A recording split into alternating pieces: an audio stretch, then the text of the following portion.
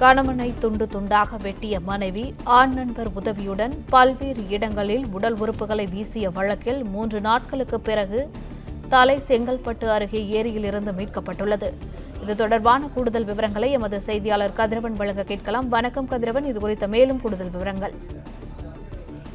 சென்னை பெரம்பூர் ரயில் நிலையத்துல கடந்த 5ஆம் தேதி நடைமுறை 4 சூட்கேஸ் ஒன்றுல தலையில்லாமல் கிடந்த சடலத்தை போலீசார் கைப்பற்றியதுல அந்த நபர் தேனாம்பேட்டை பகுதியில போது வசித்து வரக்கூடிய அமீர் அலி என்பதும் அசாம் மாநிலத்தை சேர்ந்தவர் என்றும் அவரது மனைவி ரஹீமா ஆண் நண்பர் அஸ்ராம் ஆகியோர் சேர்ந்து கொலை செய்ததும் தெரிய வந்தது. குறிப்பாக அமீர் அலிக்கு பல்வேறு பெண்களோட தொடர்பு இருந்ததால் தனக்கு துரோகம் செய்ததுனால இந்த கொலை சம்பவம் நடைபெற்றதாக தெரிய வந்தது. கை கால்கள் மற்றும் தலைகளை தனித்தனியாக துண்டு துண்டாக வெட்டி அவர் பல்வேறு செங்கல்பட்டு அருகே அந்த ஏரியில தலையை வீசியதாக கூறியிருந்தார்கள். அதன்படி நேற்று போலீசார் அங்கு சென்று தலையை கண்டுபிடிப்பதற்கான நடவடிக்கைகளை மேற்கொண்டார்கள். இருட்டான பகுதி என்பதனாலும் ஆகாய தாமரை அதிகமாக இருந்தாலும் நேற்று எடுக்க முடியாத சூழ்நிலையில இன்று அஸ்ரப் அலியை அந்த பகுதிக்கு அழைத்து சென்று எப்படி அந்த தலையை வீசி எறிந்தார் என்பதை நடித்து காட்ட சொல்லி அப்போது தலையை மீட்டிருக்கிறார்கள். ஆகாய தாமரை அகற்றிய பின்னாக அந்த தலையானது மீட்கப்பட்டிருக்கிறது.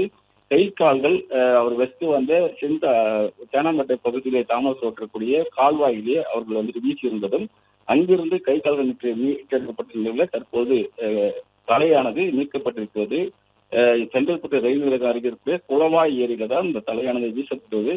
அங்கு எப்படி அவர் சென்று வீசினார் என்பதை நடித்து காட்டி அதன் பிறகாக அவரையே இறக்கி அந்த தலைகளை கூடவுடன் போலீசாருடன் சேர்ந்து தலையை தற்போது மீட்டிருக்கிறார்கள். அவரிடம் தொடர்ந்து விசாரணை நடத்தப்பட்டு வரக்கூடிய நிலையில தற்போது தலை மற்றும் கை கால் போன்ற உறுப்புகள் அனைத்துமே கைப்பற்றப்பட்டதாகவும் குற்றவாளிகள் இருவரும் இன்று விசாரணைக்கு பின்பு நீதிமன்றத்தில் ஆஜர்படுத்தப்படக்கூடிய நடவடிக்கையில் ஈடுபட இருப்பதாகவும் காவல்துறை சார்பாக தெரிவிக்கப்பட்டிருக்கிறது.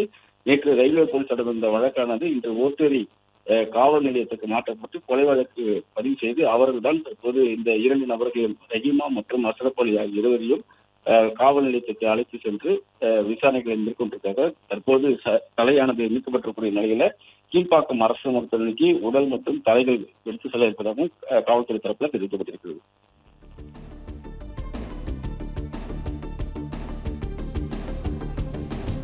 விவரங்களுக்கு நன்றி கதிரவன். பிளே ஸ்டோர் மற்றும் ஆப் ஸ்டோரில் இருந்து பாலிமர் செயலியை QR கோடு மூலம் பதிவிறக்கம் செய்யுங்கள். செய்திகளை உடனுக்குடன் பெறுங்கள்.